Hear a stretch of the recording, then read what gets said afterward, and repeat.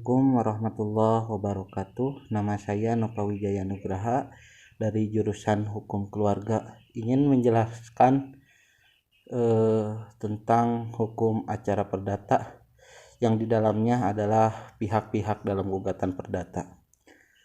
Dalam gugatan kontesia atau yang dikenal dengan gugatan perdata, yang berarti gugatan yang mengandung sengketa di antara pihak-pihak yang berperkara, dikenal beberapa istilah. Para pihak yang terlibat dalam gugatan perdata yaitu sebagai berikut. Yang ke satu ada penggugat, tergugat, turut tergugat, penggugat-tergugat, intervensi. Penggugat apa itu? Penggugat yaitu orang yang merasa haknya dilanggar jika dalam suatu gugatan terdapat banyak penggugat. Dalam gugatannya disebut dengan para penggugat. Yang kedua, tergugat. Apa itu tergugat? Tergugat yaitu orang yang ditarik ke muka pengadilan karena dianggap telah melanggar haknya penggugat. Jika dalam suatu gugatan terdapat banyak pihak-pihak yang digugat, pihak tersebut disebut penggugat 1, penggugat 2, penggugat 3, dan seterusnya. Turut tergugat yaitu orang-orang yang tidak menguasai barang sengketa atau tidak berkewajiban untuk melakukan sesuatu, tetapi demi lengkapnya suatu gugatan mereka disertakan. Dalam pelaksanaan hukuman putusan hakim, pihak turut tergugat itu ikut menjalankan hukuman yang diputus untuk tergugat, selain hanya patuh dan tunduk terhadap isi putusan tersebut. Yang keempat, putusan penggugat tergugat intervensi. Jika dalam perkara yang sedang berlangsung ada pihak ketiga yang merasa memiliki kepentingan terhadap perkara tersebut, ia dapat melibatkan dirinya atau dilibatkan oleh salah satu pihak dalam perkara tersebut. Inilah yang disebut dengan intervensi. Dalam melakukan intervensi, pihak ketiga dapat melakukan sebagai penggugat intervensi atau tergugat intervensi pengikutsertaan pihak ketiga dalam proses berperkara. Ini biasanya dalam bentuk fogging, intervensi atau tusenkom, dan prejuaring.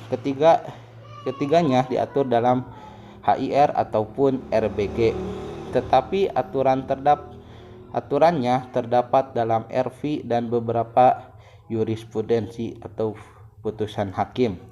Dalam pedoman teknis administrasi dan teknis peradilan perdata umum dan perdata khusus yang dikeluarkan oleh Balitbang Diklat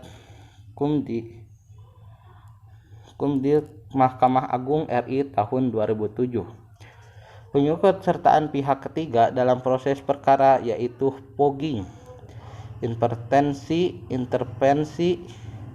atau tusenkom, dan prejuaring tidak diatur dalam HIR atau RBG.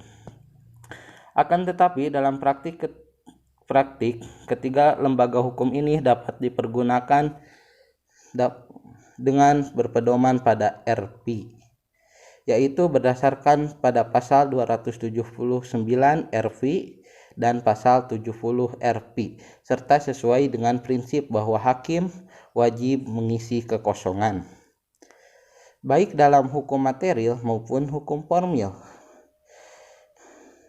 Macam-macam intervensi ada 3. Yang ke satu fogging menyertai, yang kedua intervensi tusenkom, yang ketiga prejuaring atau ditarik sebagai penjamin.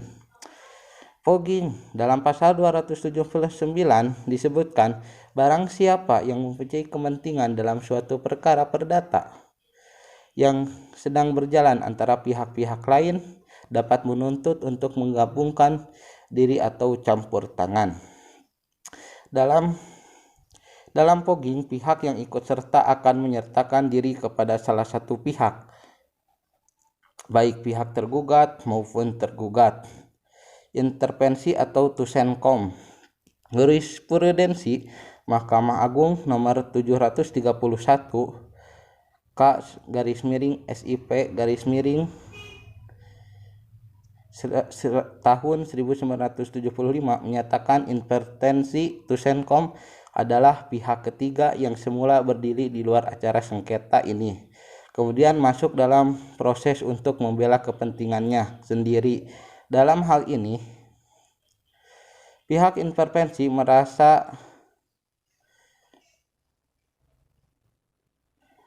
memutuskan dalam suatu putusan sela apakah akan menerima intervensi tersebut atau tidak. Jika menerima, ada dua perkara yang akan diproses bersama-sama, yaitu gugatan asal dan gugatan intervensi.